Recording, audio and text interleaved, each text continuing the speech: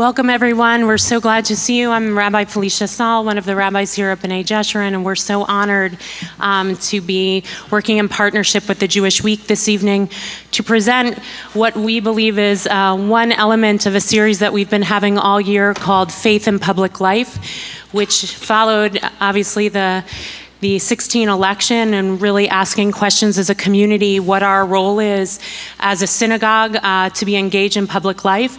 And so we've had a number of lectures, we've had study materials in partnership with Hadar. We've also had many, what we've been calling tzedek minyanim, groups of people who are doing action or studying things in this realm of faith and public life. And we're honored this evening to have Gary Rosenblatt and Clyde and Maggie Haberman to discuss the questions of journalism and faith in public life. And the concluding evening of Faith in Public Life will actually be on Tuesday, a week from Tuesday, with Krista Tippett on Being will be recorded in our sanctuary. She's going to be interviewing Tracy K. Smith, who's the Poet Laureate of the United States and has a lot to say about racism in this country. And so we're really pleased this evening to be closing this year as one of a series of events that really raises the question of how journalism plays in faith and public life. And so I'm honored. We want to thank the Jewish Week. And we also, I'd like to introduce Stuart Himmelfarb, who's the publisher and president of the Jewish Week. Have a wonderful evening.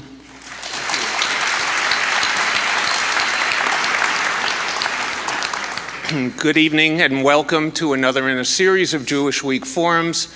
And as you just heard from the rabbi, it's our honor to share this with our treasured partners here at B'nai Jeshurun. As you know, events in the past few weeks have been rather challenging, and we at the Jewish Week like to bring together differing points of view from all parts of the community. If you've been to other forums that we've run, they run the gamut, and the goal that we have is to bring together thinkers, readers, writers, opinion leaders, and newsmakers, and to hear from them about their points of view. So tonight we really have a treat in store for us about that. This is part of our two-tiered mission at the Jewish Week. The first tier, of course, the first core part of our mission, of course, is journalistic excellence. And for us, we want to educate and inspire and inform, and we want to ignite conversation. So we surely will do that tonight. The second part of our mission is community building. And that's why we bring together our Jewish community as often as we can for these kinds of events. Tonight, we are, of course, proud to welcome Clyde Haberman and Maggie Haberman. I think this is the first father-daughter forum that we've ever held, so that's a special treat for all of us. And I want to, of course, thank them for sharing their experiences and ideas with us. You'll hear much more about them very soon. I also want to thank our hosts and partners here at B'nai Jeshurun. I know Rabbi Madelon is away, but I also want to thank Rabbi Saul, Executive Director Colin Weil, Rabbi Shuli Passo, the Director of Community Engagement, and Adara Davis, the Administrator in the Department of Community Engagement.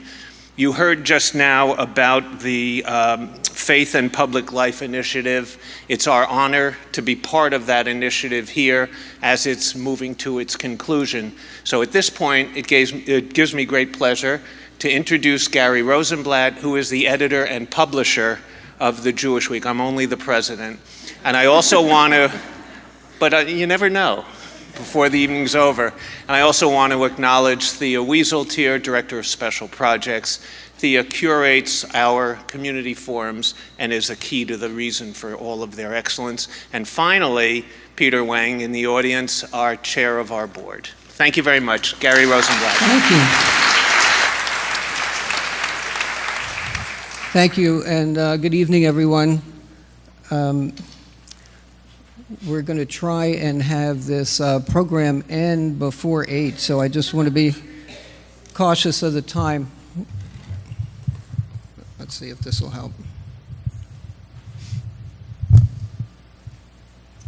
Is that better? Okay. If you can't hear me, raise your hand. Okay. So just by way of introduction, I'm reminded of a young man who was not Jewish and was curious about what happens in the synagogue on Sabbath. So he goes to a synagogue, and services start at 9 o'clock in the morning, so he's there at 9 o'clock. He's the only person there. And he sits down, and a few minutes later, someone comes in and introduces himself, and they says, I'll help you through the service. So the young man says, what are those things that people wear on their head? He explains it's a kippah. Then he asks about the shawl. What's the shawl that people wear? So that's a talit. And then they take out the Torah later, and he explains that. Then the rabbi gets up to speak and takes his watch off and puts it down. He says, what does that mean? He says, that doesn't mean a damn thing.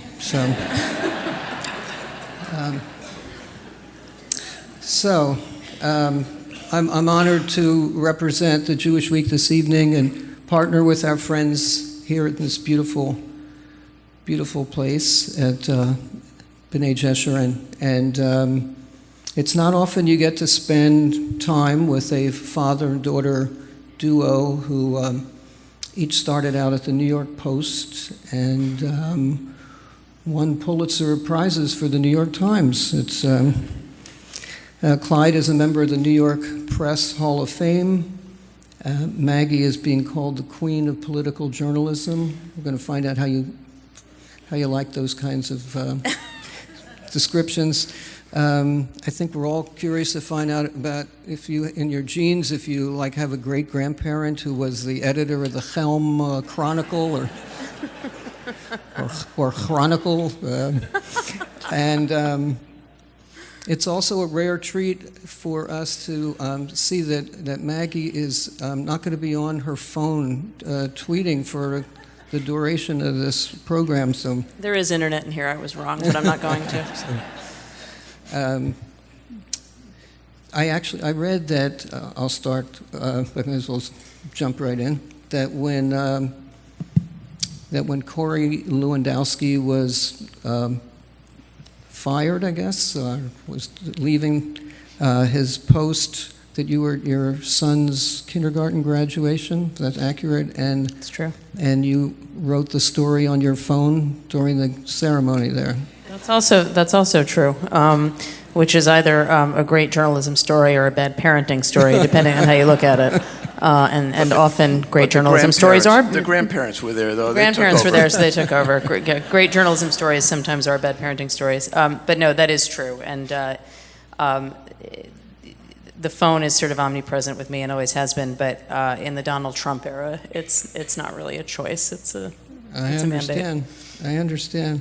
But, many of us here and probably many other readers of the New York Times, if we don't see, at least one or two bylines by you on the front page, we worry about you, if everything's okay. So, but you didn't disappoint us this morning. So this is a special treat. And I guess just by way, again, of introduction, we'd like this to be a little more interactive than just a Q&A and more of a conversation. So I welcome you both interrupting each other or me or, commenting on each familiar. other.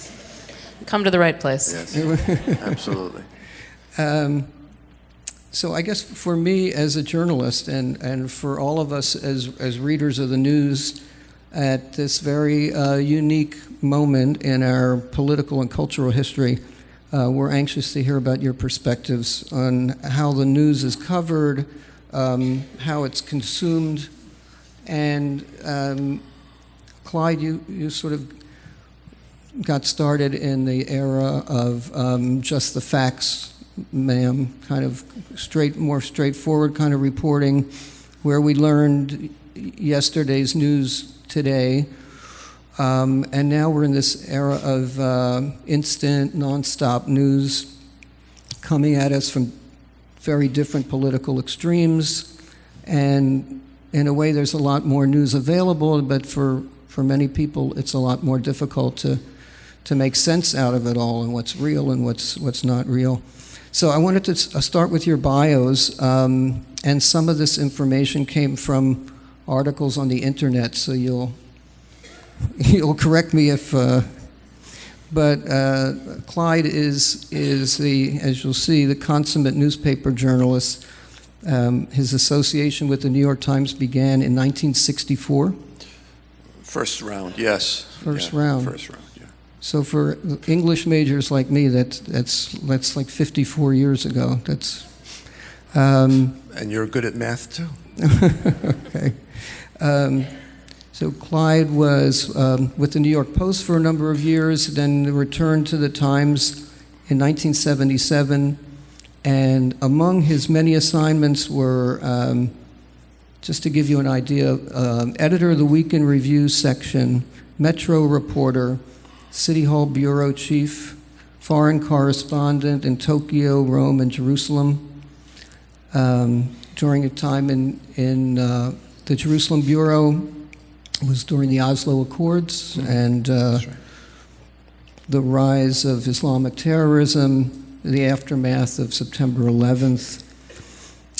He wrote a column twice a week back in New York, and in 2009 he was part of a Times team that won the Pulitzer Prize for breaking news for the coverage of the scandal tied to Governor Spitzer and his resignation as governor. In 2011, he began writing a column called The Day for the New York Times Online, the City Room blog. And in 2014, he began writing an online series for the Times called Retro Report, linked with video documentaries exploring the long-term consequences of major news stories from the past. And in 2017, he served on the Times editorial board. So it's easy to see why you were inducted into the New York Press Club's Hall of Fame, and we welcome you. Thank you. Maggie, she's been called sad, a third-rate reporter, and a crooked Hillary flunky who I don't speak to and have nothing to do with by the President of the United States. But as far as we know, he's never stopped speaking with her, and she's part of the team that won the Pulitzer Prize this year for reporting on the President's advisors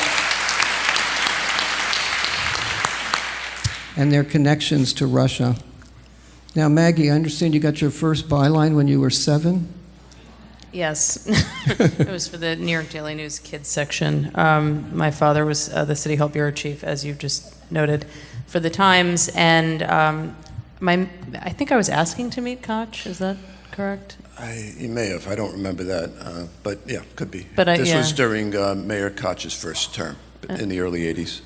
And so I went into the mayor's office, and the city photographer took the official photographer took pictures. And in every single picture, I have my mouth open and I'm talking. And and the Daily News had a kids section at the time, and so I wrote a story, and that was my first byline. Okay.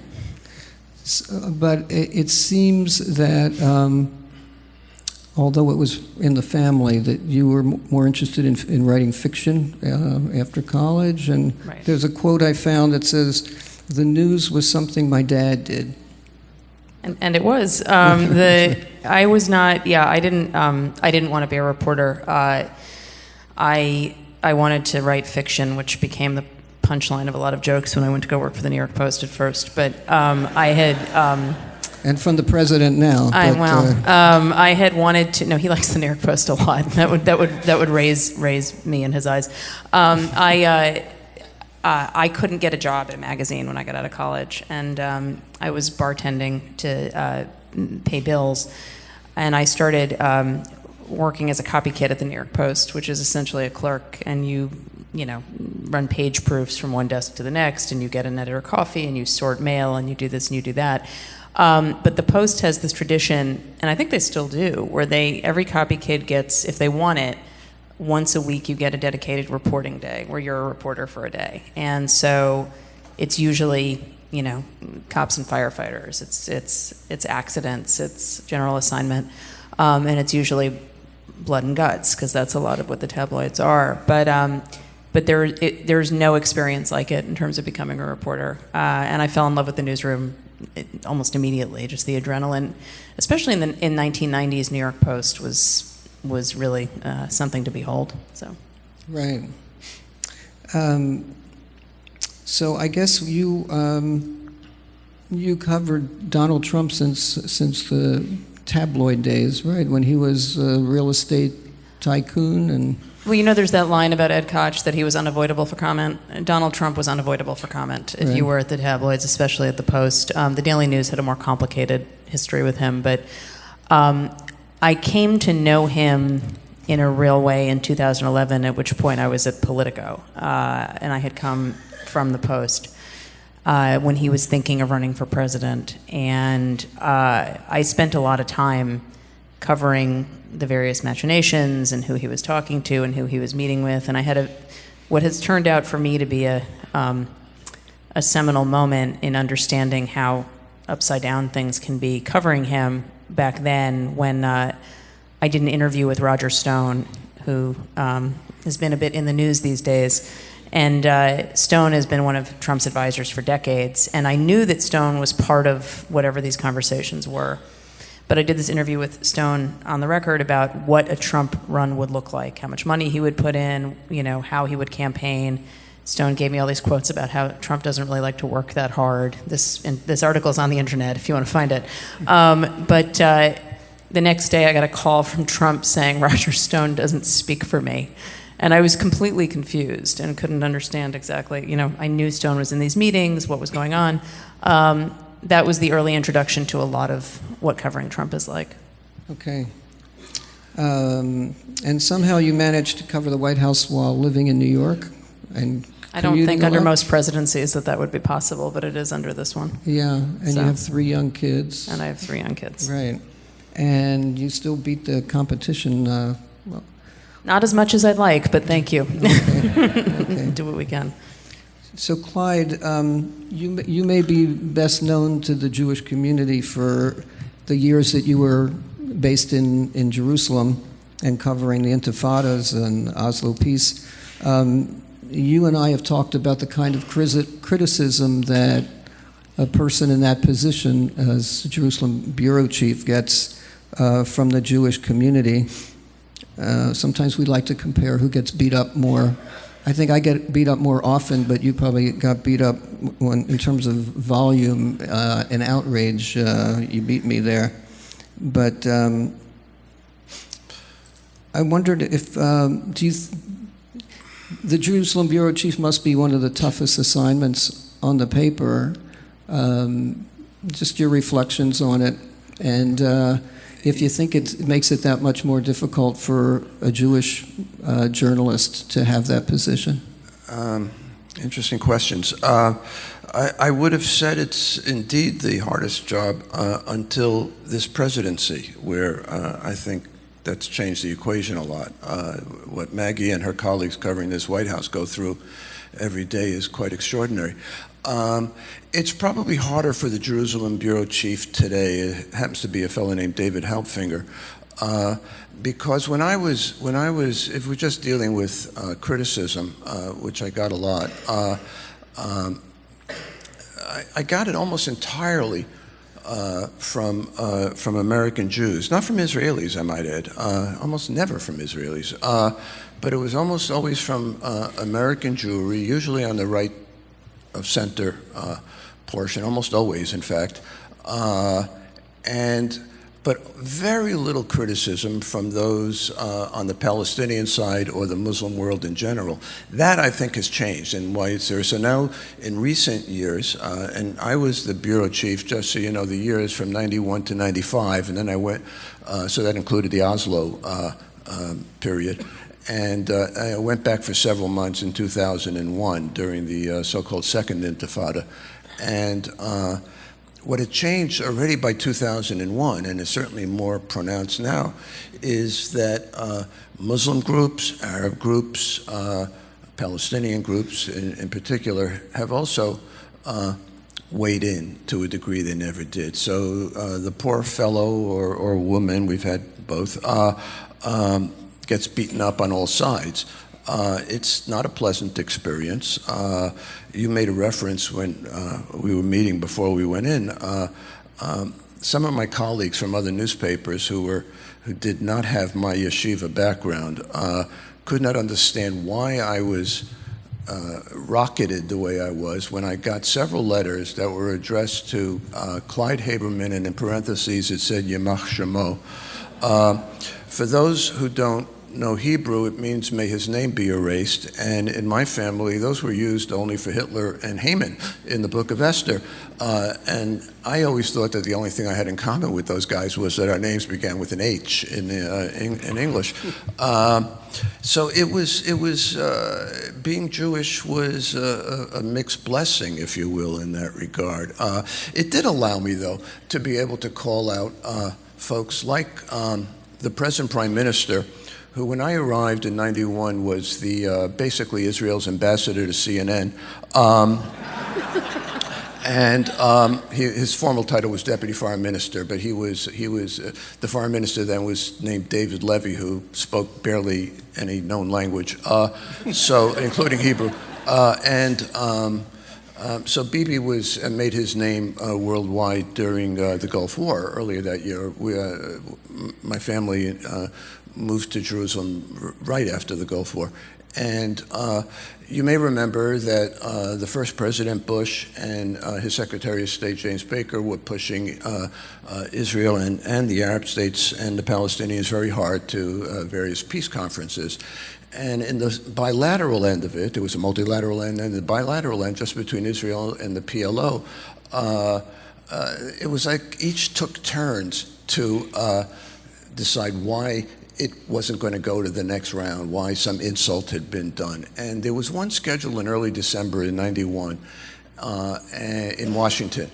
And Israel, it was Israel's turn, I guess. It was still the Yitzhak Shamir government, a right-wing government. And they were making noises they didn't want to go. And Mr. Netanyahu asked to meet me in the lobby of the La Rome Hotel in Jerusalem to explain Israel's position. And he got very indignant and was saying that, it's very insensitive of the American administration to ask us to go do this during, our major holiday of Hanukkah. And I'm glad I got the laugh that I did, because, it's nonsense. Shtuyot in Hebrew, which is a little bit more vulgar than nonsense. And I said, look, why don't you save that for the Goyim? Because I am an old yeshiva bacher, and you know as well as I do that there ain't nothing you can't do during Hanukkah, religiously anyway. So that didn't fly. And that was my first encounter with the present Prime Minister. I've had others. Of a similar nature, I must add. Anyway, being Jewish, not being Jewish, the Times had a terrible policy for a long, long time of not sending a Jew to Jerusalem. It was an invidious policy, and our one-time executive editor, Abe Rosenthal, decided he was going to break this, and he did. But not quite as fast as he thought. He was going to send a fellow named David Shipler in the early 1980s there. He did send it, he announced it, and David Shipler, you have to understand, looks like he left a Jewish seminary yesterday. There's his name, it could be a Jewish name, and he looks like a fallen rabbinical student. And he was very proud, Abe was, that this was happening. And he went over to Joe Lelyveld, who would become executive editor years later, but was then the deputy foreign editor, and said, well, I finally did it. We're sending a Jew to Jerusalem. And Joe said, wait a second, I thought we're sending Shipler. And Abe said, what do you mean? And Joe said, what do you mean, what do I mean? And this went back and forth. And Abe had thought he was breaking it. Well, David is an Episcopalian. So they had to wait. A beard, right? They had to wait for Tom Friedman, the next guy, to get the Jew. But I mentioned the Shipler thing because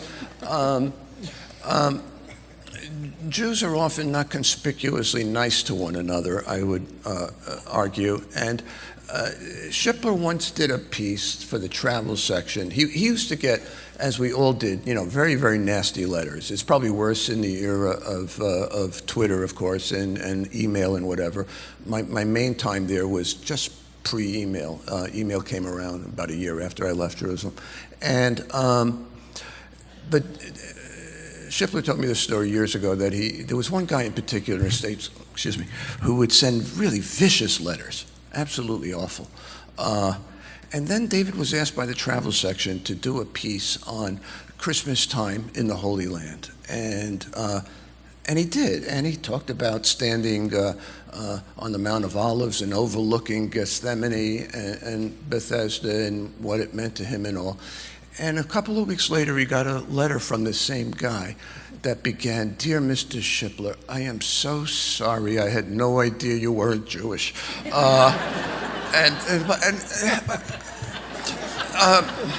What do you do?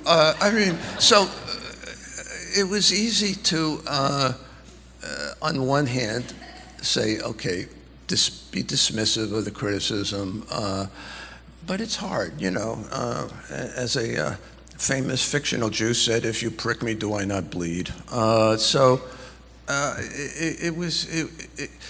It was an unusual experience. Look, I've been a reporter, columnist, whatever you want, editorial writer for more than half a century, and I've usually gotten my share of letters, emails, whatever.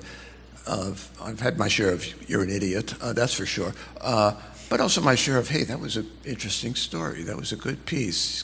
You made me laugh. You did this, you did that." Swear to God, 4.5 years in Israel total, never once got a letter like that, never once got anything except criticism in a letter.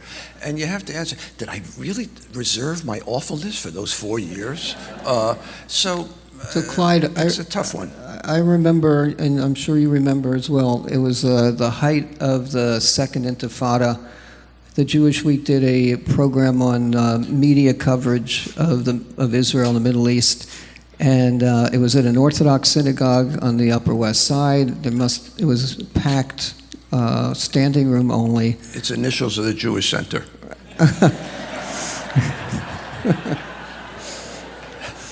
This is all on the record, Happens to be true. Sidney Zion, the late Sidney Zion, was the darling of the crowd, and poor Clyde was getting beat up. All the questions were aimed at the New York Times, so it was all at Clyde about coverage. And what was most memorable, the woman got up and in a sharp voice, she said, the PLO is training young kids with guns. They have a camp for kids. Why don't you write about that? And Clyde said, well, we had it on the front page like 3 weeks ago, and she didn't even miss a beat. And she said, well, why don't you write it again? And Clyde said, well, why don't you stop reading the New York Times? So as far as how this does or doesn't affect your Jewish identity or your relationship beyond that? Not at all. No, Okay. No, it doesn't affect my Jewish identity one bit. But I was aware that I was not an Israeli, and that was a difference. Look, I had more Yiddishkeit in me than any prime minister of Israel thus far, and that's just a fact. And Yitzhak Rabin, of blessed memory, anytime he had a yarmulke on, and it really wasn't even it was sort of like the kind that you get at a bar mitzvah, where, it has, the Goldstein family thing on the inside. He had never looked like it was natural to him. It always looked funny.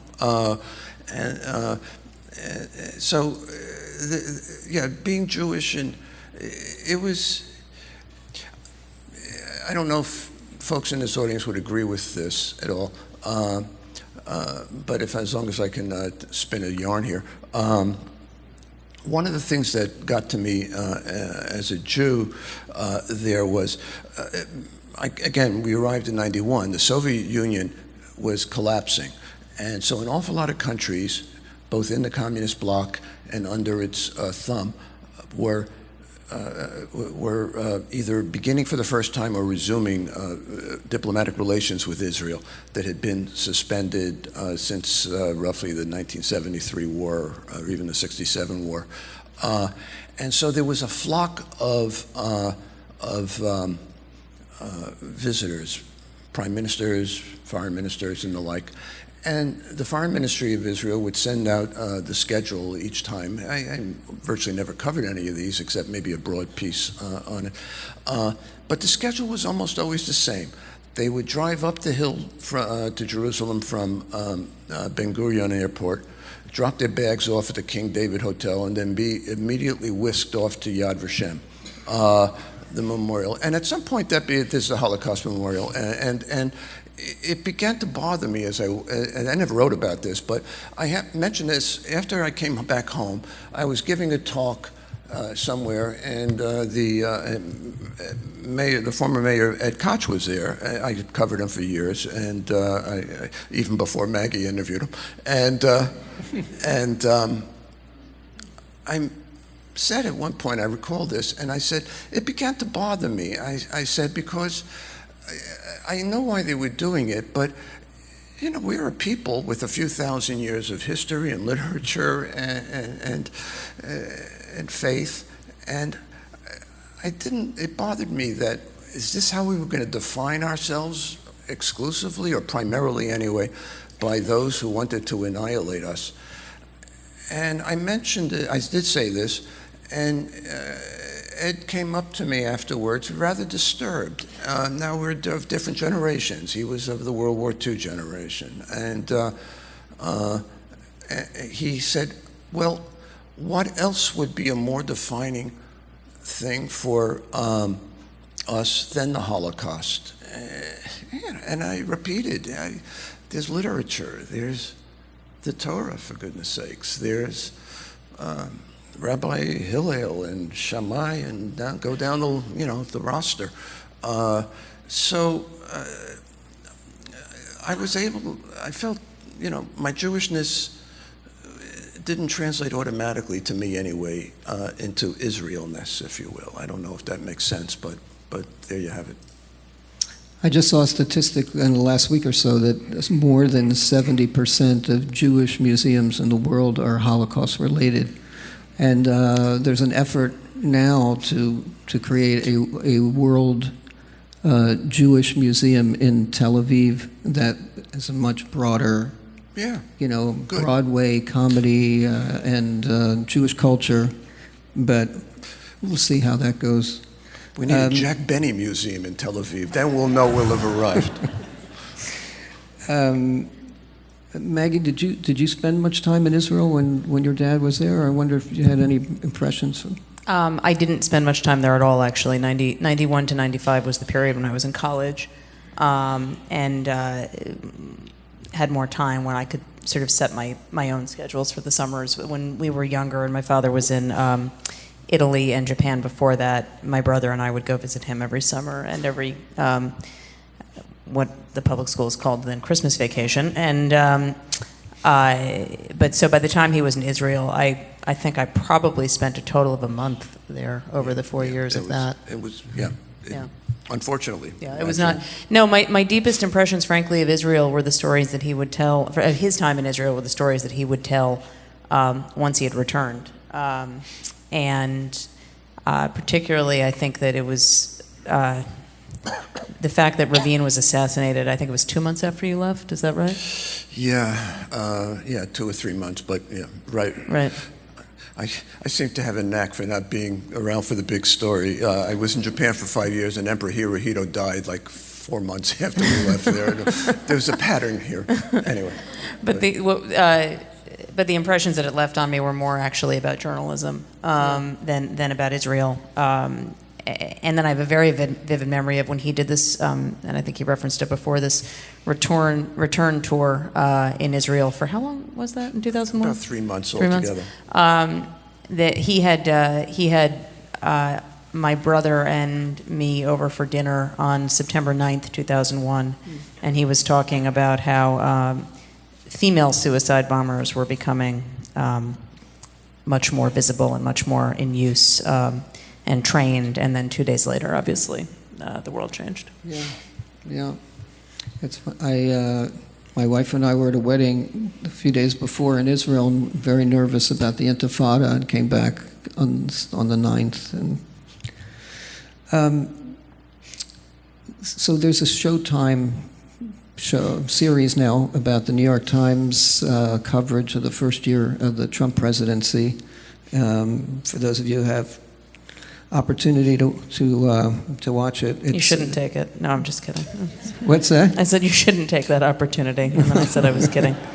I disagree. It's actually interesting, but okay. Well, you play a pretty prominent role in this documentary, and I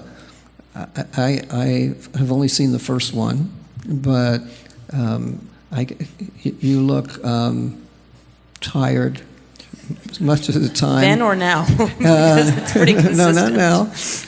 Hassled, and there's a very poignant scene where I think you're in a recording studio or something, and you take time out to talk to one of your kids, and you just get the sense of the kind of frenzied existence you have.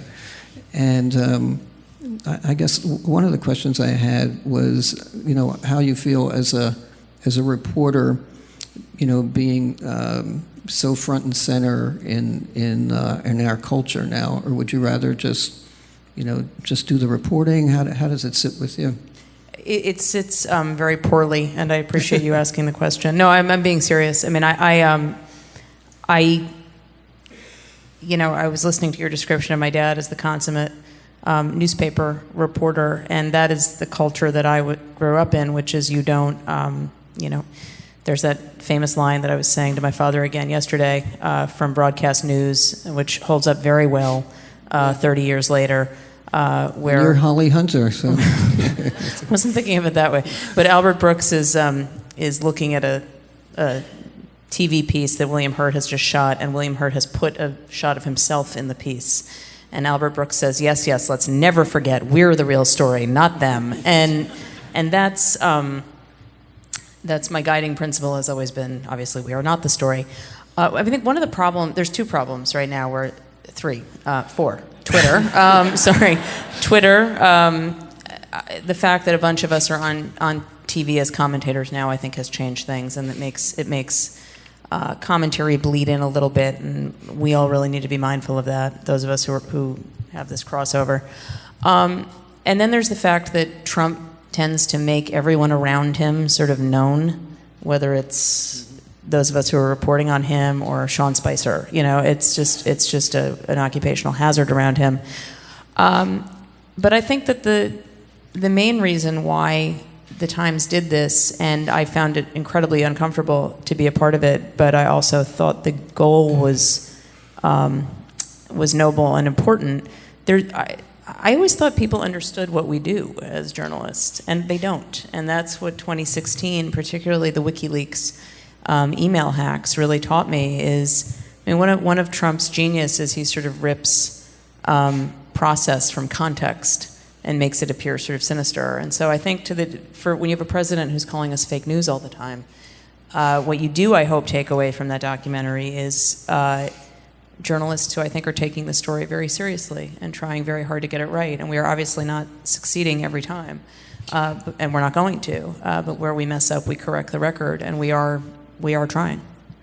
If I could just say, I've seen all four segments, and if anything, it really does underscore how diligent all these reporters are. And as a parent, I wish my daughter had a few fewer F-bombs in one of those segments, but that's I just won my bet with myself as to whether you would bring that up, but, so thank you.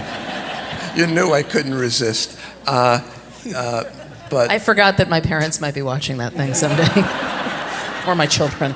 It happens. But that aside, no, but seriously, I mean, these are folks who take their responsibility seriously. Now, granted, I'm a company boy. You could take what I say or leave it. But this notion of fake news is of itself fake. Do they get it right all the time? Of course not. Might the evaluation and the weighing of certain things be off? Sure. The last time I looked, this newspaper and every other one is put out by human beings, which means they're fallible. But they're not that fallible, and they're quite serious about what they do, especially when they're dealing with the President of the United States, no matter who he, or maybe someday she, is. And that's what I came away with, frankly, from watching this series. The other thing that I wish people would take away from it, but I don't know that they're going to, because it's not a very overt point, but, you know, a president who calls us fake news spends an awful lot of time paying attention to us and talking to us and so forth. And there is an aspect of this that is a game to him, and he thinks this is fun. And he never thinks about, if he thinks about consequences at all, it's always the first order consequence. There are serious consequences to what he's doing with the constant fake news, fake news, fake news. And some are nuanced and some are more apparent. But what I would hope people would take away from it is that the person who is leveling that complaint all the time can't really be that serious about it, given how he engages with us. But there are those who say, I don't know if there's a fair analogy about, that Israel is using disproportionate amount of force and in its clashes, but that the Times is, writing critical stories about Trump all the time. I think reporters would say that this is what's happening. But is there an element of worrying about how that perception is, or even from the show where, you see editors and reporters who look pretty excited about, writing about some of the problems Trump is having? How much do you take that into account, or not? I think it's a great question. I think that what you're seeing in the documentary about people being excited is people are excited about a good story. And so good reporters will be excited about a good story no matter what it is. I remember in 2001, I think it was April, somebody close to then Mayor Giuliani telling me, you should call XYZ tomorrow because Donna Hanover, his then wife, is getting a letter, and she may have gotten it already, saying she's fired as First Lady. And I didn't wait until the next day. I started making calls that night. And when we got the story, my immediate thought was, oh my God, what a story, which it's a pretty terrible topic. But, it was still a remarkable story. That's what we are in the business of doing. So I think that's a lot of what people are seeing. I do think that, look, I think that the way you described it is accurate, which is that we are covering what is there. To Trump and his supporters, that ends up looking unfair.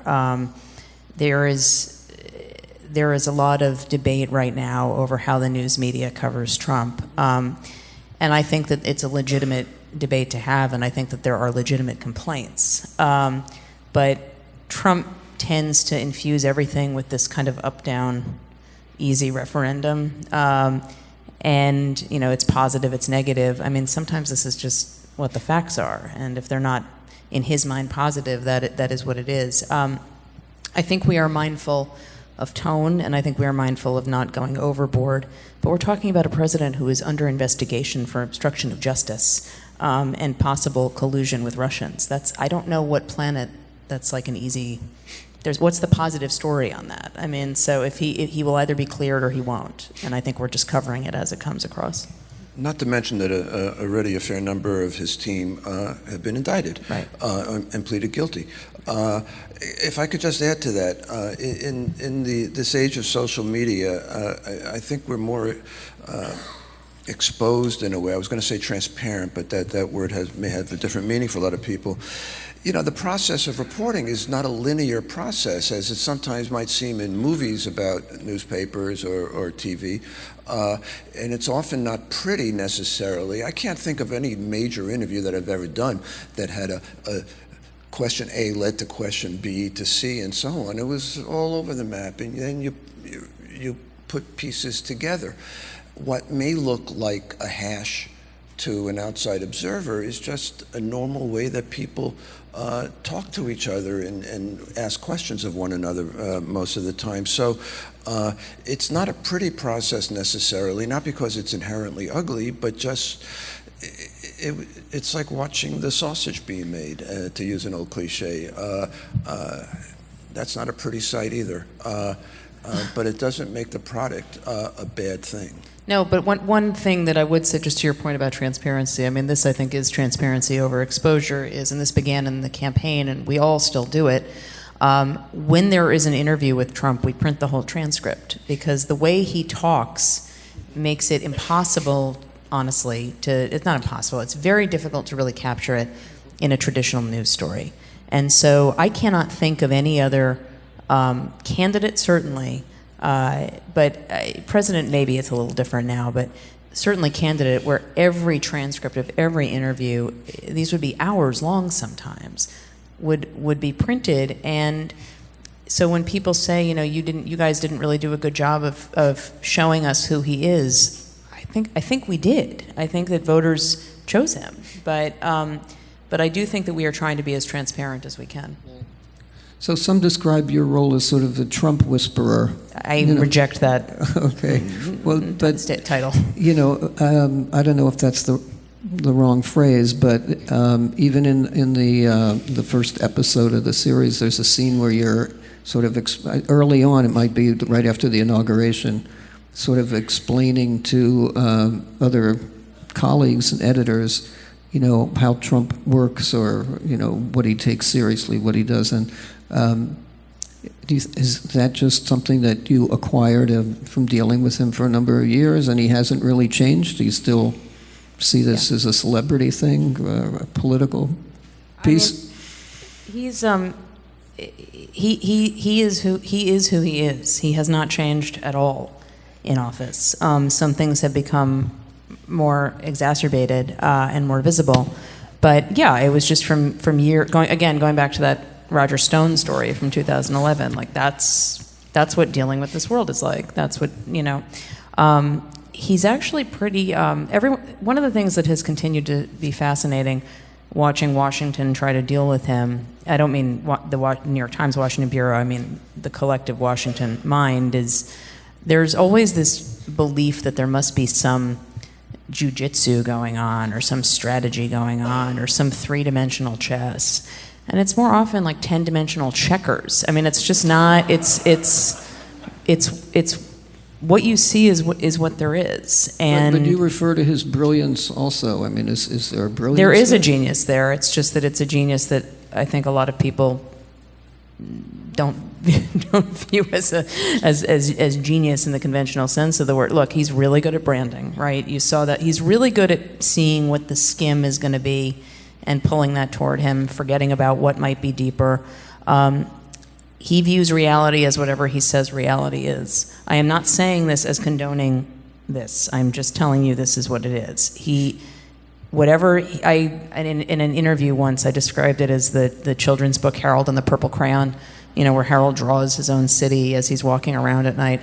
I mean, Trump believes reality is what he tells you it is and what he feels it is. And he's been pretty candid about that, certainly as relates to his net worth in depositions. He'll base it on mood and feel and how much he thinks his bank account is at any given moment. So, which is incredibly difficult for journalists. We deal in facts. So when you're covering a president who doesn't really deal in facts or even necessarily believe in facts, that's very complicated. But he hasn't changed at all, and whatever deep meaning people tend to ascribe to what he's saying or doing, it's usually something pretty simple. So, for instance, the pardons that he did the other day. I was on Air Force One when this all happened, and he started. We were asking him about his pardon of Dinesh D'Souza, who has not been in the news recently.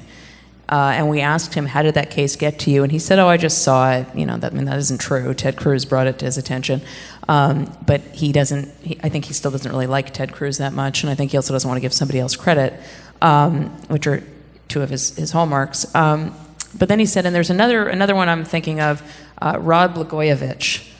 And I thought, what? And we all sort of looked at each other. There were 7 of us, and we were in the president's cabin, which is his office, and he almost never brings reporters up there.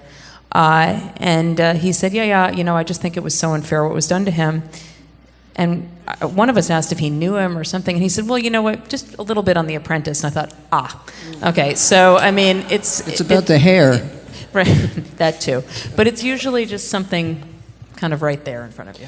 Can I just add that, Maggie has been consistent for several years now saying he is who he is and don't expect change.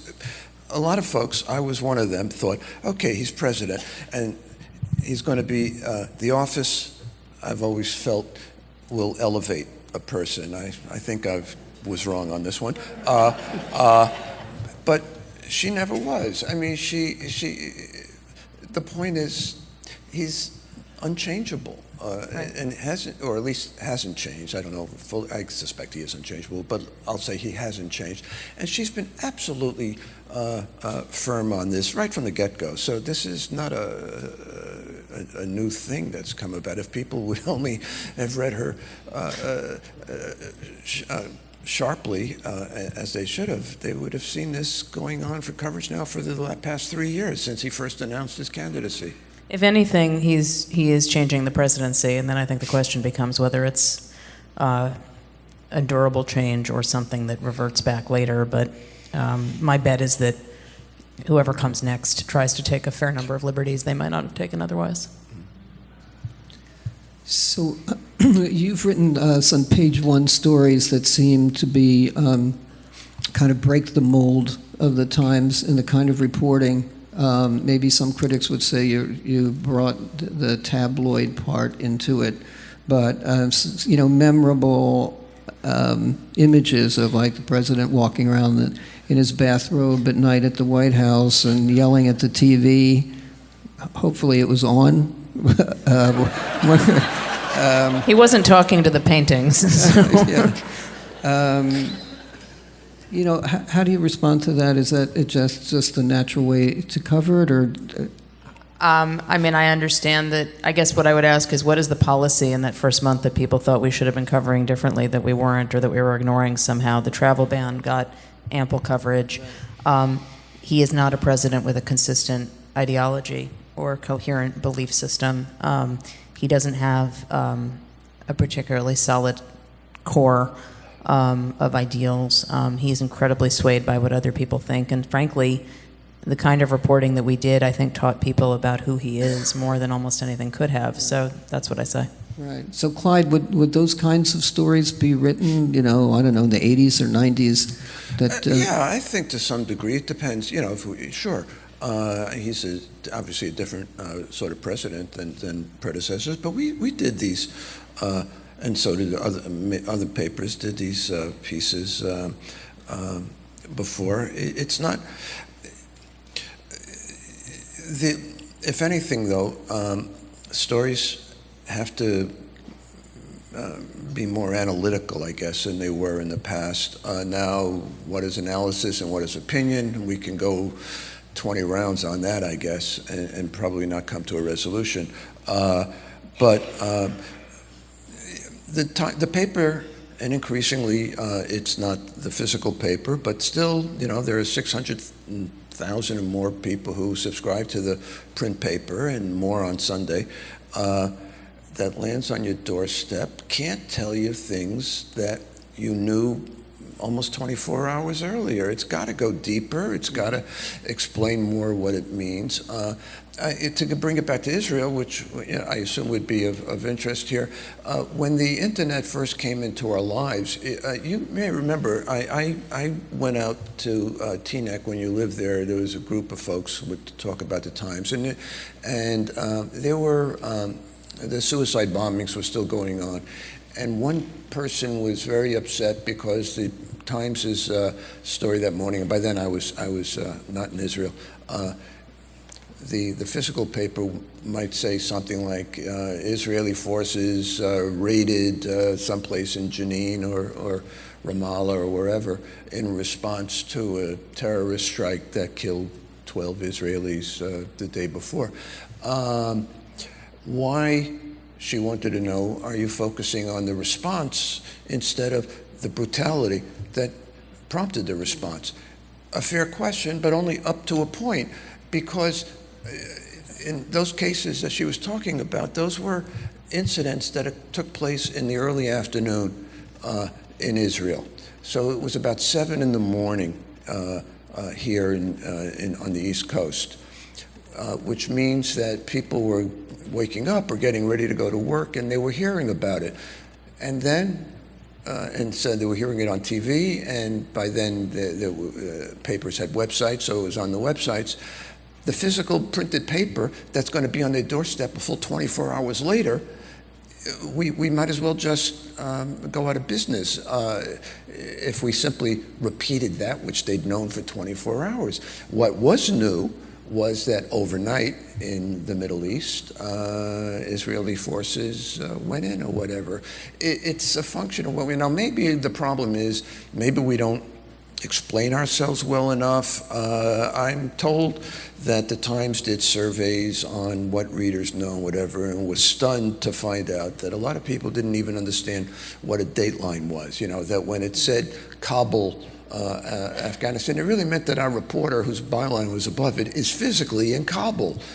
A lot of people think it's just a subject line, and so maybe the problem is civics classes are. We all know that social studies is painfully wounded in an awful lot of schools, and not being taught as looking around this room, and most of us were taught when we were in school. But so maybe that's the issue. I don't know, but it's not done out of with some political thinking in it, and that's the same issue to some degree that they would have in terms of Trump blurting out something, or let's just take the Roseanne business the other day. So that all breaks early, sort of mid-morning, if I remember right. Well, what are the stories supposed to say for, again, that newspaper on your doorstep the next morning? Just simply say she came out with this racist tweet? No, everybody knows it already. So it has to go further. I think the other point that I would add to that, and I completely agree with that, is I mentioned before that I think a lot of people don't know how journalism works, and to your point about the Dateline thing, I remember being stunned by that. It's shocking. when we were told. And yet the number of people who believe they know what journalism is supposed to be is at an all-time high. And so I think it's complicated because I want to, and I think my father does too, I want to engage with people in good faith. That also doesn't mean that every criticism is on the level, and I'm not going to treat every criticism like it is. So.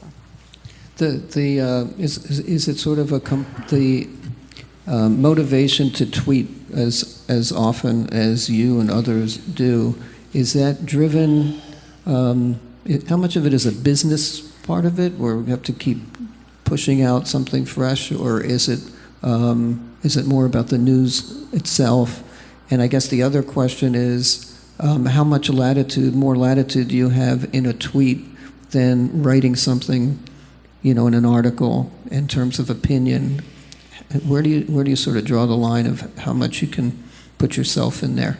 The answer is we shouldn't really have that much latitude, and sometimes I fall into. I mean, I'm a really bad tweeter. I am a good reporter, but I am not a good tweeter, in the sense that I sometimes fire something off too fast, or I don't think about how in 140 characters or 280 characters, the one misplaced word is really going to change the meaning dramatically. So those don't get seen by anybody else? No, we're not edited. Tweets are not edited. The safest thing, and I have started doing more of it, is just, and I used to do it all the time, is just tweet out links. Just tweet out the links to stories that you think are worthwhile. It's funny, because when my husband joined Twitter, and he reminded me of this the other day, I was the one who kept saying to him, be very careful, don't, And in 2012, when Twitter was really used for the first time across the board in a campaign, I was really horrified at how the younger reporters were using it. And I sounded like I was 100 years old, but there was lots. They would do things like the embeds would tweet, meaning the reporters who were, embedded into the campaign. They would tweet pictures of themselves covering events, and I was like, "These are news platforms. What are you doing?" Mm-hmm.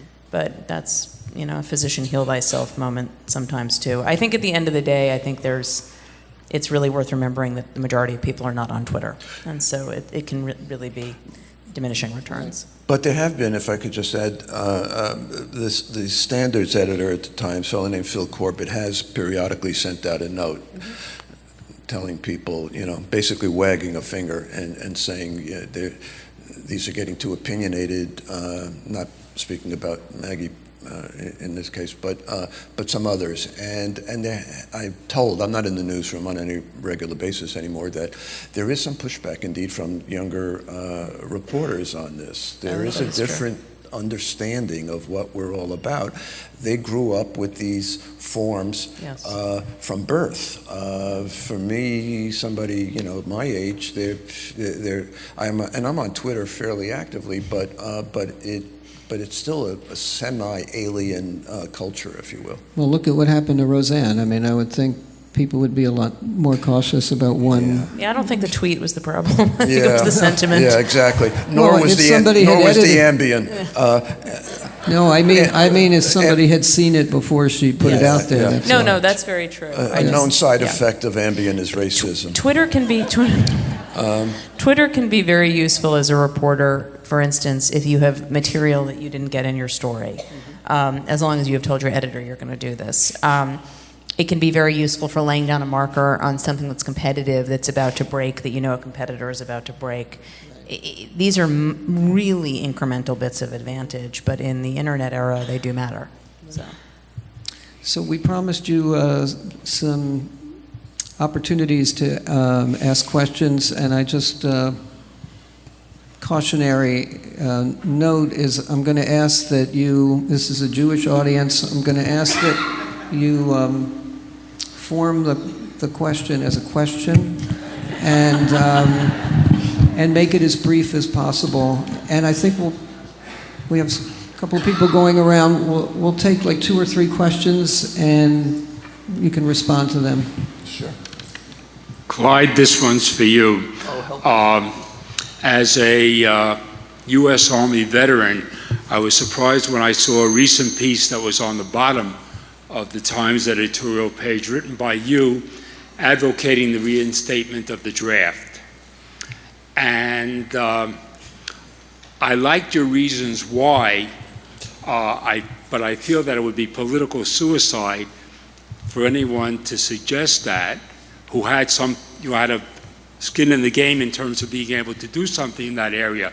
So my question to you is, how did you feel with the pushback that you got on this? From when I read the following week, I mean, I don't think there was anybody who was on your side. Well, Clyde, let's take a couple more and then we'll respond. Ms. Haberman, I believe recently you were in a controversy where you said that you would not call Trump a liar. And I would like to know why you say that, because that's all he ever does is lie, including about It's nice to see you again, Ms. Szymanski.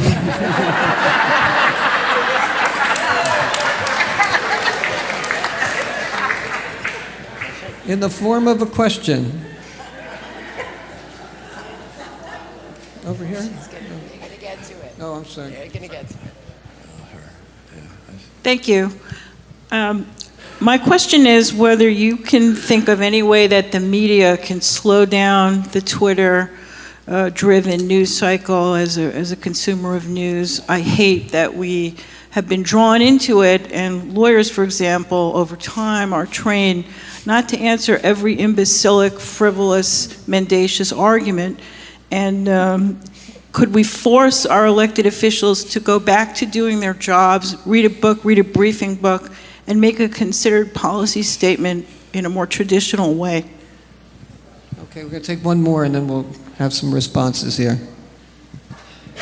This is a question for Maggie. You had the lead story this morning, shared the byline with 3 others and a 5th, I believe, who was a contributing writer.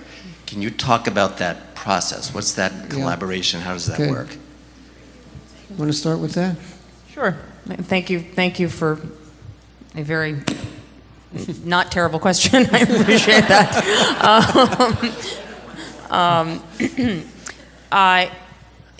So it's actually used to be really rare at the Times to have this many names on a byline. It's unusual. Almost all of our stories now are multiple bylined. And there's two reasons, and then I'll answer your specific question about the story. One is just that with Trump, and this began during the campaign, so many people were not telling the truth that we really had to deal with sort of the basic common set of facts. That would be what we would put in the paper, and then anything that sort of went beyond that from one of our sources or another would get shaved off. But that required having a lot more sourcing to make sure that we were right. So that was one. And that's one reason why on these kinds of stories. This story, though, was a specific beast. The main thrust of it was Mike Schmidt and me. And we've done a lot of stories together. I love him. He's a wonderful reporter. And just one of the greatest colleagues in the world. And so we have a very easy collaboration. And so this was mostly us. Matt Apuzzo has done a lot of work on this case and knows it really well, so we asked him to help us with aspects of it, and Charlie Savage knows the law. Peter Baker knows impeachment politics from the Clinton era very deeply. So that's how you get to that. And it's usually some combination therein. But I have to say that the generosity among colleagues in the Washington Bureau of the New York Times in terms of sharing bylines, providing help for each other, it's like nothing I have ever experienced at any paper, but it is really unique to this bureau, and it's a nice thing. Just to add, does one person usually write the story, or is it how collaborative can it get? Usually it is one person writing. We can send feeds. We often work in Google Docs, but it really, there has to be one quarterback, or else it's just a disaster. Right. So the other questions were about, one was about the draft and... The draft. And lying. Right. And lying. I'll leave the lying to Maggie. Thanks for that. But I will say about that, if I may, that without dancing on the head of a pin about what constitutes a lie or a falsehood or prevarication or whatever other word you want to use. The paper has occasionally used the word lie to describe what President Trump has said. It's a word best used conservatively, frankly. I don't think there's anybody who can sensibly read the New York Times or the Washington Post or a bunch of other papers and come away with anything other than the impression that whatever he said on this or that was not true. Whether, for some reason, liberals in the last week or two have taken it into their heads that this is how we're going to go on the attack. It is a waste of time. Nobody is pretending that much of what this guy says bears any relation to reality. And so this, to again, dance around on this, why don't you use the word lie, is to me allowing yourself to walk through the looking glass. On the Army, it's an interesting question. Were you in the Army? Yes. Yeah, okay. I wrote, during my 9-month stint on the Times editorial board, I wrote a fair number of what we call editorial notebooks, which are signed pieces. And this was in reaction to the President's Chief of Staff, John Kelly, who went into the press room, told reporters he would only take questions from those who had actually served, and there's a diminished number, obviously, in this era, and which itself was outrageous, and basically said that anybody who hasn't served has no right to, almost no right to question what they were doing. Now, this is absurd. I was in the Army for 2 years. I was a draftee during the Vietnam era, and although I was not in Vietnam, my piece was that arguing that the military, which I think we've estimated in recent years. I mean, this "thank you for your service" stuff is overdone in my view. I'm with General retired Stanley McChrystal, who wrote about service and said, "We will know we have achieved a society that we really want to be in when a former Marine goes up to a teacher and says, 'Thank you for your service.'"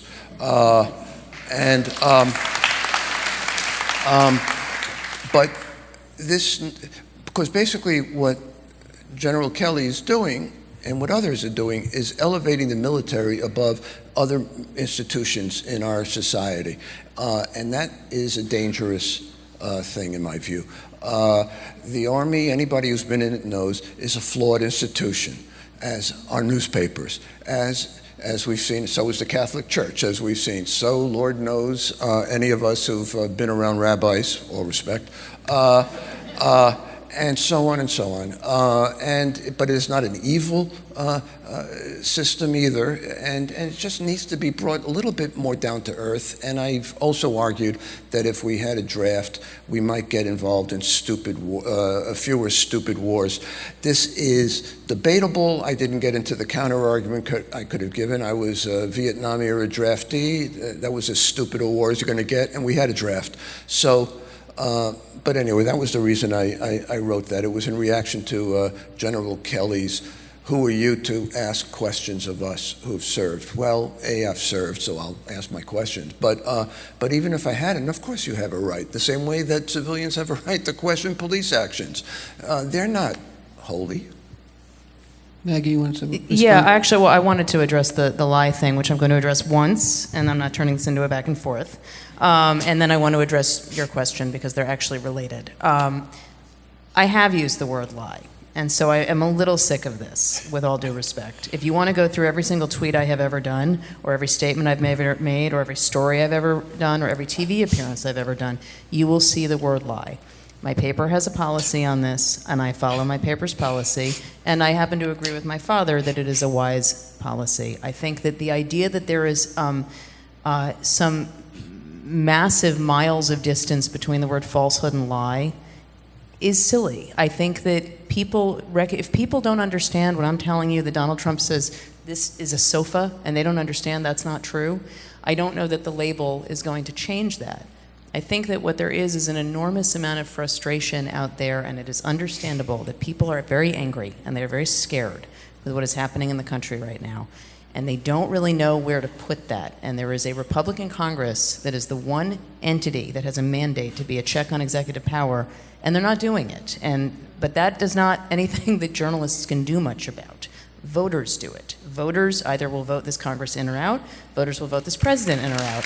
That is not the job of journalists, which is, frankly, my answer to your question. It is a really good question, and I wish that the news cycle would slow down, because I think it is detrimental to understanding things. I think that the volume, one of the things that has enabled the president in terms of how he does things is the sheer volume that he puts out. And this goes back to the primaries.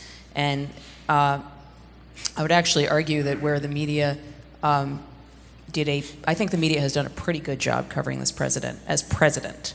I think as candidate, the media did not cover itself in glory, which is not about Hillary Clinton's emails or anything about that. It is strictly about Donald Trump, which is that he, for years, as a developer in New York, played two tabloids off one another. I'm going to give something to the New York Post to make the Daily News jealous, and then they'll cover me nicer the next time. Oh, now the New York Post wants something. I'm going to get what I want. It didn't work in 2011 when he first thought of running. He was laughed at. And frankly, the irony is that Breitbart, which has worked in the service of him more than anyone, was launched by Andrew Breitbart, who was disgusted by the birther crisis, and he thought the conspiracy, and he thought Trump was a joke. I mean, if you go back and look at his interviews, he was very clear. Trump used that same framework with the national media in 2015, and it worked. He would get one. If Chuck Todd wouldn't take him by phone, then I'm using these as hypotheticals, but it did happen. Then George Stephanopoulos would, and so forth and so on. He got people to play into this, and he got us all running down the field after the ball constantly. And that is what I would like us to stop doing. But he's president now. When he was candidate, it was different. He is the president of the United States. We should be covering the president of the United States. I don't have a great answer, and I wish I did. Let me just close, I think, asking you a little bit about the future of journalism. I just answer it?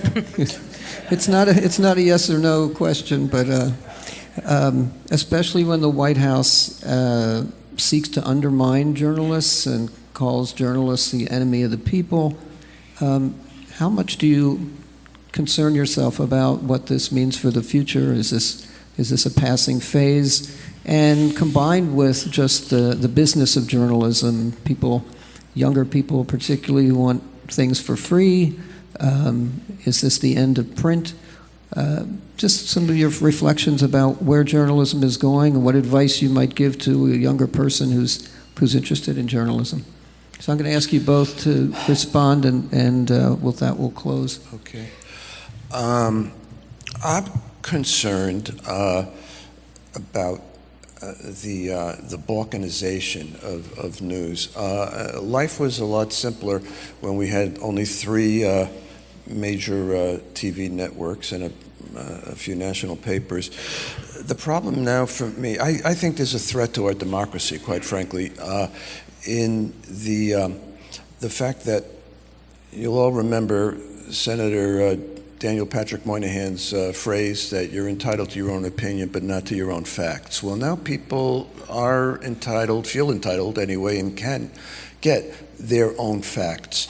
So if you watch only Fox News, the world will appear to you one way. If you watch only, let's say, MSNBC, or if you read other places, it'll appear a different thing, and you never have to have your reality disturbed by an intruding, countervailing reality. This, to me, is a great danger. If we do not share certain basic premises, even if we then, are going to punch each other out over what the meaning of those premises are, I think we're in trouble as a society and as a democracy. That's my big fear. On one level, this is a golden age of journalism, one can argue. Normally I would be terrified that somebody like Jeff Bezos owns a major paper like the Washington Post, but so far so good. And they've done great journalism since he took it over and could infuse it with the money that has clearly been drained from us by operations like Craigslist, which ate our lunch on a lot of advertising, and other forces that have harmed us. But it ain't the failing New York Times. I don't care what he says. It is not failing. It has to watch itself financially. Thank you. It has to be more careful. I was a foreign correspondent during a wonderful era where if I decided when I was in Japan, well, I'm going to pick myself up and go off to Korea, I did. I suspect the correspondent there isn't quite as free, but to do that. But we ain't going anywhere. So this needs to be remembered. The last segment of this Showtime series is our a quote from our president, executive editor, Dean Baquet, who talked about how years ago everybody who would attack the paper as it's lying, it's no good. Richard Nixon did it. Both Bushes did it. On and on and on. Well, they're gone. He said, we're still here. And like Elaine Stritch in an old Sondheim show, we're still here. Okay.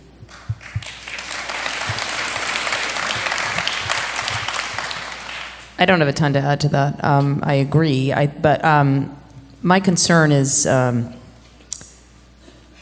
and the balkanization piece and the lack of agreed upon facts is a big one. I'm concerned that major mainstream media outlets that are not strictly invested in partisanship in one direction or the other are not doing enough to focus on the day-to-day of this administration, which is not about Russia, frankly, which is amply covered. And that I do. Trump is, my bosses have all said it, Trump is great for business. My father just alluded to it.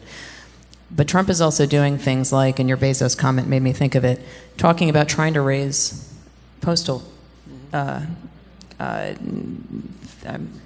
fees. Rates. Rates. Thank you. God, I'm so tired. What's the word? To hike the rate as retribution against Bezos. That was fairly a drop in terms of coverage. Almost no one paid attention to it. Things like that are happening all over the place, and that is how we erode a democracy, and that concerns me greatly. So what I hope the future of journalism is coverage that isn't just about the midterms, and that isn't just about poll numbers, and it isn't just about the latest, as Steve Dunleavy would have called it, coffin splatter of the Russia investigation. There's a lot going on that I think needs to get more sunlight. So that's how journalism keeps going. Is it's good. That's how. So,